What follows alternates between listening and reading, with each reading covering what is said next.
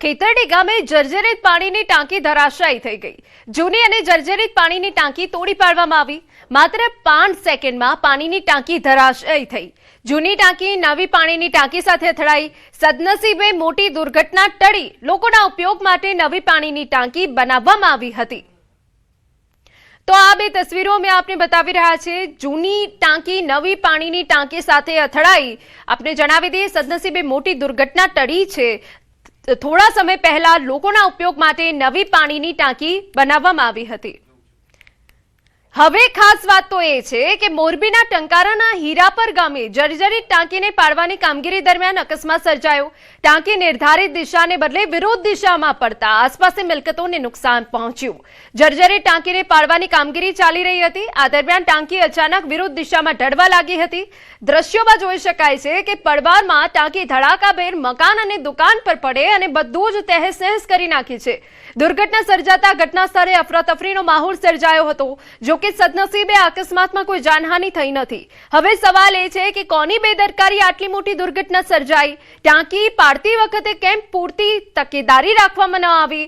બીજી તરફ હવે નુકસાનગ્રસ્ત મિલકતોનું પણ નિરીક્ષણ કરવામાં આવી રહ્યું છે।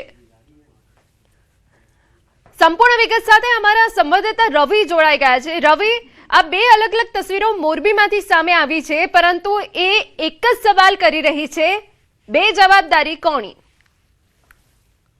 હળવદના ખેતરડી ગામે આવેલી પાણીની ટાંકી જર્જરિત થવાને કારણે તેને આજે પાડી દેવામાં આવી હતી। માત્ર 5 સેકન્ડમાં જ ટાંકી ધરાશયી થઈ હતી અને નવી જે બાજુમાં ટાંકી હતી તેની સાથે અથડાઈ હતી।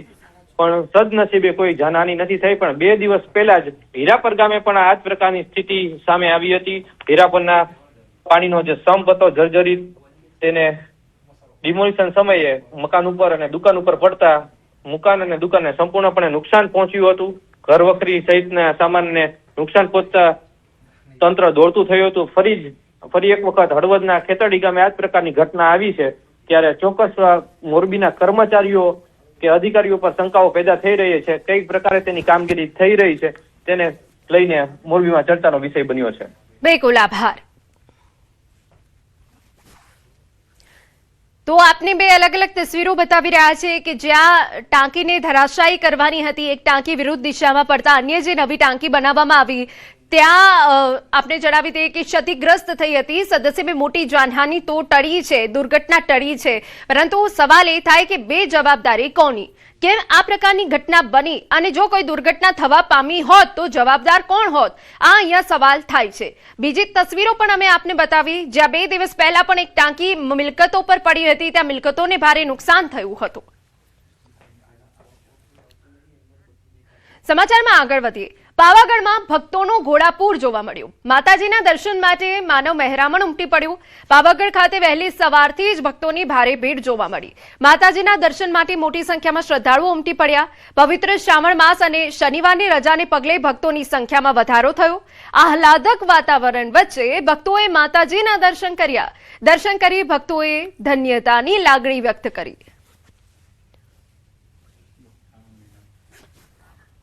અમારા સંવાદદાતા રાજેશ વધુ વિગતે વાત કરવા જોડાયા છે। રાજેશ, પાવાગઢમાં ભક્તોનું ઘોડાપૂર જોવા મળી રહ્યું છે, તંત્ર કઈ રીતે એલર્ટ છે? શું વ્યવસ્થાઓ કરાઈ રહી છે? શું વિગત? બસ હાલ પવિત્ર શ્રાવણ માસ ચાલી રહ્યો છે અને પવિત્ર શ્રાવણ માસનો પ્રથમ શનિવાર હોવાથી પંચમહાલ જિલ્લાના છેવાડે આવેલા જે જાંબુઘોડા નજીક આવેલું જે જન હનુમાન છે ત્યાં મોટી સંખ્યામાં માતાજી હનુમાનજીના દર્શન કરવા માટે ભક્તો આવતા હોય છે। આ તમામ ભક્તો માતાજીના પણ દર્શન કરવાનું એક મહાત્મ્ય માનતા હોય છે અને દર્શન કરવા માટે આવતા હોય છે, જેથી વહેલી સવારથી જ આજે અહીંયા પાવાગઢ ખાતે ભક્તોનું ઘોડાપૂર જોવા મળી રહ્યું છે અને ભક્તોની જે અવરજવરની સંખ્યા છે જેને લઈને પોલીસ તંત્ર અને એસટી વિભાગ દ્વારા જે એસટી બસો છે તેનું સંચાલન કરવામાં આવ્યું છે। સાથે જ પોલીસ દ્વારા ટ્રાફિક વ્યવસ્થાનું પણ નિયમન કરવામાં આવી રહ્યું છે। મંદિર ટ્રસ્ટ દ્વારા પણ જે ભક્તોની અવરજવર છે તેને ધ્યાનમાં રાખી અને પૂરતા પ્રમાણની સુરક્ષા અને દર્શન વ્યવસ્થા કરવામાં આવી છે। જી બિલકુલ, આભાર। સમાચારમાં આગળ વધીએ। મહેસાણાના વિસનગરના પુદગામ ચેકડેમમાં માછલીઓના મોત। ચેકડેમમાં ગટર કે કેમિકલયુક્ત ઝેરી પાણી ઠલવાયાની પ્રબળ આશંકા. માછલીઓ ઉપરાંત કાચબા અને દેડકા જેવા જળચર જીવો મર્યા છે. મૃત માછલીઓના કારણે સમગ્ર ડેમ વિસ્તારમાં દુર્ગંધ ફેલાઈ ગઈ. દુર્ગંધ અને પ્રદૂષણના કારણે સ્થાનિક લોકો ભારે ત્રાહિમામ પોકાર્યા. ઝેરી પાણીથી પશુઓના જીવ પર મોટું જોખમ ઊભું થયું. ગ્રામજનોએ તંત્ર સમક્ષ તાત્કાલિક સ્થળ તપાસની મક્કમ માંગ કરી છે. મહેસાણાના આંબલિયાસણ ગામના મહાદેવ મંદિરમાં દર્શન કરવા ગયેલી યુવતીને પ્રવેશતા અટકાવી જાતિ વિરુદ્ધ અપમાનજનક શબ્દ બોલી ઝપાઝપી કરવાનો આક્ષેપ થતા પૂજારી કૌશલભાઈ ઉપાધ્યાય સહિત પરિવારના 3 સભ્યો સામે એટ્રોસિટી એક્ટ હેઠળ ફરિયાદ નોંધાઈ. યુવતીની બહેન સાથે અયોગ્ય રીતે સ્પર્શ કરવાના આક્ષેપને પગલે પોક્સો એક્ટ હેઠળ પણ ગુનો નોંધાયો. બીજી તરફ પૂજારીની પત્ની મોનિકાબેને સામી ફરિયાદમાં આક્ષેપ કર્યો કે તેઓ મંદિરનો કચરો સાફ કરી રહ્યા હતા ત્યારે 2 બહેનોને થોડો સમય રાહ જોવા કહેતા તેઓ ઉશ્કેરાઈ ગઈ અને ધક્કો મારી મંદિરમાં પ્રવેશી તેમની સાથે મારપીટ કરી. દરમિયાન પૂજારી વચ્ચે પડતા તેમની સાથે પણ ગળદાપાટું કરવામાં આવ્યું હોવાનો આક્ષેપ. ઘટનાની જાણ થતા 112ની ટીમ પોલીસ સ્થળ પર પહોંચી મામલો ઠારે પાડ્યો. બંને પક્ષની ફરિયાદના આધારે લાગણજ પોલીસે વધુ તપાસ હાથ ધરી છે. તો ત્યાં હું જેવી મંદિરમાં એન્ટર થઈ તો ત્યાંના પૂજારીના વાઈફ પિંકીબેન તે મને એમ કહેવા લાગ્યો કે તું મંદિરની બહાર નીકળ. મેં એમને પૂછ્યું કેમ હું બહાર નીકળું, કે તમે એસટી કેટેગરીના છો તો કે તમારા મંદિરમાં ના જવાય, તમારામાંથી મંદિર જવાથી અમારું મંદિર કે અપવિત્ર થઈ જાય. એમ બધી પ્રોપર્ટી અમારી છે, આ મંદિર અમારું પર્સનલ છે કે અમે તને ના બી જવા દઈએ એમ કરીને મને બોલવા લાગ્યા. અમે મંદિરમાં સાફ સફાઈ કરતા હતા. મંદિરમાં અંદર કચરા પોતું કરીને ગર્ભગૃહમાં પછી અમે બહાર કચરો વાળતી હતી. 2 છોકરીઓ આવી. મેં બકા તું કીધું પહેલા દર્શન કરવા તું જાય તો થોડું પોતું કોરું થઈ જવા દે પછી દર્શન કરવા જા. એટલે પછી એને મને ખબર નથી કે આ બેન કોણ છે, બરોબર. એને એકદમ મને ધક્કો માર્યો કે આગી જા કે દર્શન કરવા દે. એમને ધક્કો માર્યો, એમાં મને અહીંયા વાગ્યું, અહીંયા નખ ભરે એમને, અને થોડી હાથાપાતી કરી મને ધક્કો મારીને એ લોકો અંદર મંદિરમાં દર્શન કરવા ગયા, બરોબર. બસ આટલી જ વાત છે, બીજું કશું જ નહીં. જાતિ વિરુદ્ધમાં ગાળો બોલી અને પ્રવેશ ન આપી અને તેમની સાથે ખરાબ વર્તન કર્યા અંગેની એક ફરિયાદીએ લાંગણજ પોલીસ સ્ટેશનની અંદર આપેલી હતી. જે સંદર્ભે અત્યારે બીએનએસના જે સેક્શન્સ છે તેમના તે તથા એટ્રોસિટી એક્ટ હેઠળની ફરિયાદ પોલીસે દાખલ કરેલી છે. સમાચારમાં વાત અમદાવાદથી કરીએ તો ટીઆરબી જવાનની દાદાગીરી સામે આવી. ટીઆરબી જવાને પીએસઆઈને ગંભીર ધમકી આપી. ફરજમાં ગેરહાજર રહેતા પીએસઆઈએ કર્યો હતો રિપોર્ટ. પીએસઆઈએ રિપોર્ટ કરતા ટીઆરબી જવાને બબાલ કરી.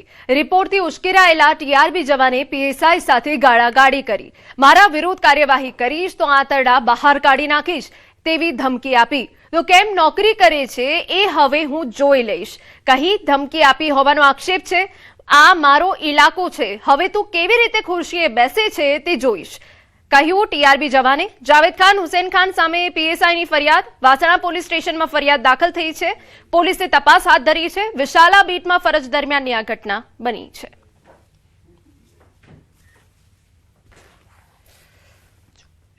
પંડ્યા સાહેબ છે, અમને અને યુનિફોર્મ પહેર્યા વગર આવેલા એટલે અમને ગેરહાજર મૂકી અને પીઆઈ સાહેબને રિપોર્ટ કર્યો.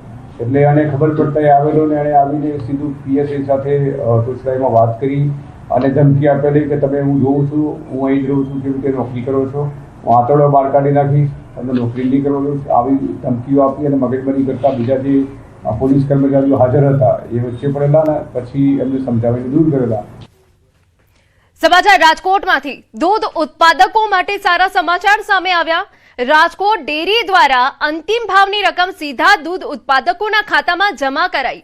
ડેરીના નફામાંથી પ્રતિ કિલો ફેટ 84 રૂપિયા લેખે કુલ 75 કરોડ ચૂકવવામાં આવ્યા. રાજકોટ દૂધ સંઘનો વર્ષ 2025-26નો કુલ નફો 90 કરોડ. રાજકોટ દૂધ સંઘ સાથે જોડાયેલા 761 દૂધ મંડળીઓના 52,182 દૂધ ઉત્પાદકોના ખાતામાં જમા થયા. કેબિનેટ મંત્રી જીતુભાઈ વાઘાણી અને સહકારી આગેવાન જયેશ રાદડિયાની હાજરીમાં આ કાર્યક્રમ યોજાયો. સમાચાર રાજકોટમાંથી આરટીઓમાં શરૂ થયેલા એઆઈ આધારિત ઓટોમેટેડ ડ્રાઇવિંગ ટેસ્ટ ટ્રેકે લાયસન્સ મેળવવા ઈચ્છુક ઉમેદવારોની મુશ્કેલી વધારી. છેલ્લા 21 દિવસમાં ફોર વ્હીલર ટેસ્ટ આપનારા 1090 ઉમેદવારોમાંથી 938 ઉમેદવારો નાપાસ થયા, એટલે કે 85% વધુ ઉમેદવારો નિષ્ફળ રહ્યા છે. જ્યારે ટુ વ્હીલર ટેસ્ટમાં 3393 માંથી 670 ઉમેદવારો નાપાસ થયા. ફોર વ્હીલરમાં સમાંતર પાર્કિંગ અને સિગ્નલ જમ્પિંગ, જ્યારે ટુ વ્હીલરમાં અંતિમ વળાંક દરમિયાન સંતુલન ગુમાવવો અને જમીન પર પગ મૂકવો નિષ્ફળતાના મુખ્ય કારણો છે. એઆઈ આધારિત સિસ્ટમ કેમેરા અને સેન્સરની મદદથી ડ્રાઇવિંગની નાની ભૂલો પણ નોંધે છે.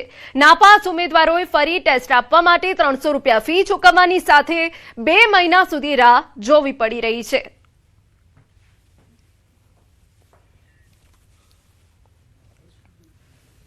અગાઉ 40%ની આજુબાજુ ફોર વ્હીલરમાં રહેતું હતું, જ્યારે ટુ વ્હીલરમાં હાલ 15%નો પાસિંગ રેશિયો રહેલો છે. અને રેશિયો ડાઉન થવાનું રિઝલ્ટ કે એઆઈ ટ્રેકની અંદર પહેલાં તો અરજદાર દ્વારા પૂરેપૂરો વિડીયો જોવામાં આવતો નથી. જો અરજદાર દ્વારા પૂરેપૂરો વિડીયો જોવામાં આવે તો એ સરળતાથી પાસ થઈ શકે છે. તથા નવું જે આ ટેસ્ટ ટ્રેકમાં છે સિગ્નલ, આમાં 4 સિગ્નલ હોય છે, જ્યાં 4 સિગ્નલ ફોલો કરવાના હોય છે.